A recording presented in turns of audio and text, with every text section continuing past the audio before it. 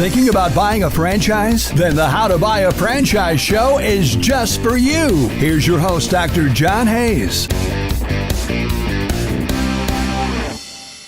Today I'm going to speak with Tony Foley, who handles, and he's handled for many, many years, the international franchise development for United Franchise Group with 8 different brands. So let's find out what's happening in the international market, both for people who want to buy the master license or area development rights for an American-based business and take it into Turkey, for example, or take it into the Middle East or parts of Europe or South America.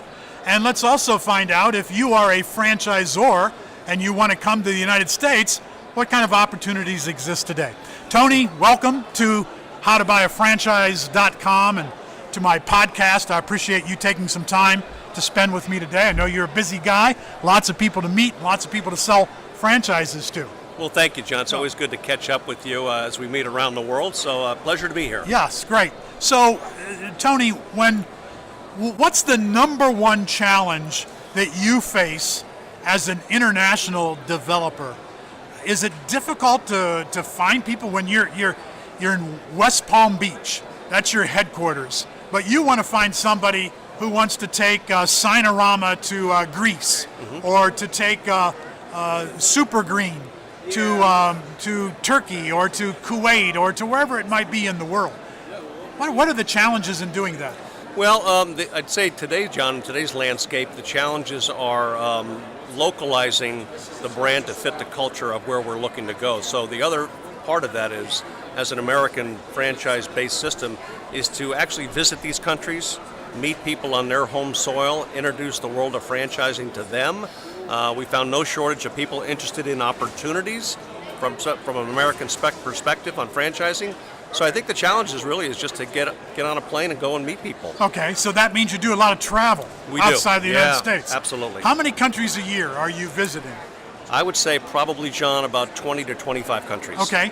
And then how many international licensees do you have? And are they buying a master franchise, or are they area development people? Well, we primarily master franchise. We're in 74 countries now with that relationship. We also do some direct franchising in Australia, for instance, and some are broken up. We'll subdivide a country into multiple regions, so regional development licenses are also available. And who do you look for? Who's your typical prospect? Let's say that it's Dubai, or it's the United Arab Emirates. What kind of a person becomes a master licensee? What's it take? What are you looking for? Well, with us, it's we have to go through a process, first of all, and we're looking to award a license, a master license, to, I'd say, an entrepreneurial type person with a positive attitude, a business management background, John, and a visual look, and somebody that likes to be part of a team on a long-term relationship. Yeah, and as opposed to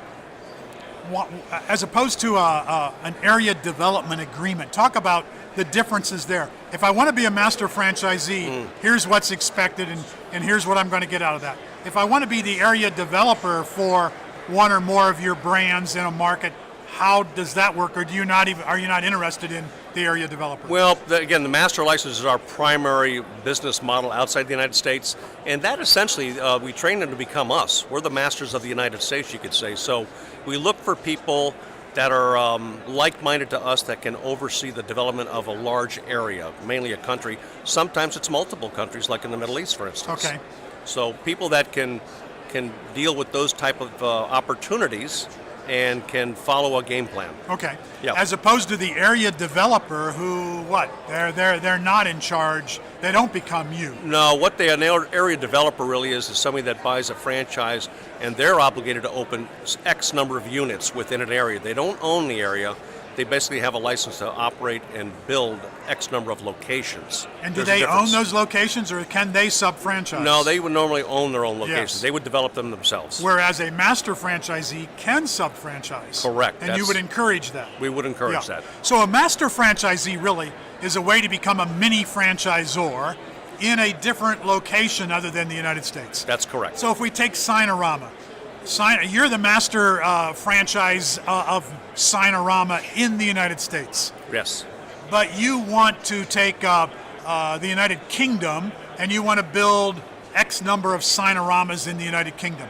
Well, you're not going to do that from the United States. You're not going to operate it from the United States. You want to find whoever that master franchisee might be for the United Kingdom who becomes the expert in Signorama. That's correct. And they look at the market of Signorama, for the market for Signorama in the United Kingdom, and maybe they determine, well, we can sell 50 units of Signorama throughout the UK, or 150 units, whatever it might be. It's their job then to generate leads of people who might want to buy 1 or 3 of those 100 or 150 units. But then they've got to train those people as well. What is a master franchisee, a day in the life of a master franchisee? How does that work? Well, we start out on a basic level. They do have the rights to a country. We start out with that relationship. The other is they have to open one themselves as a pilot operation, if you want to call it that. Learn the business, and that usually is for about a 12-month gestation period, John. And once that is accomplished, they have a feel for the business, then we'll move into the franchising side of things, and we're hands-on with them all the way through our long-term relationship on opening stores, how to train their support people, and that's done on the ground by our team and also from Florida at our training university there. So just to make sure we understand this, a master franchisee in your case, first of all, is going to actually open a unit. That's correct. And learn the business from ground zero. That's right. You train them, you support them, and once they learn the business and can operate a unit successfully, then you transition into becoming the franchisor where they can actually sub-franchise outlets. That's correct. They've gone through the life and the day of a franchisee. Now we move into the business of opening and selling franchises. That's where really the money's at.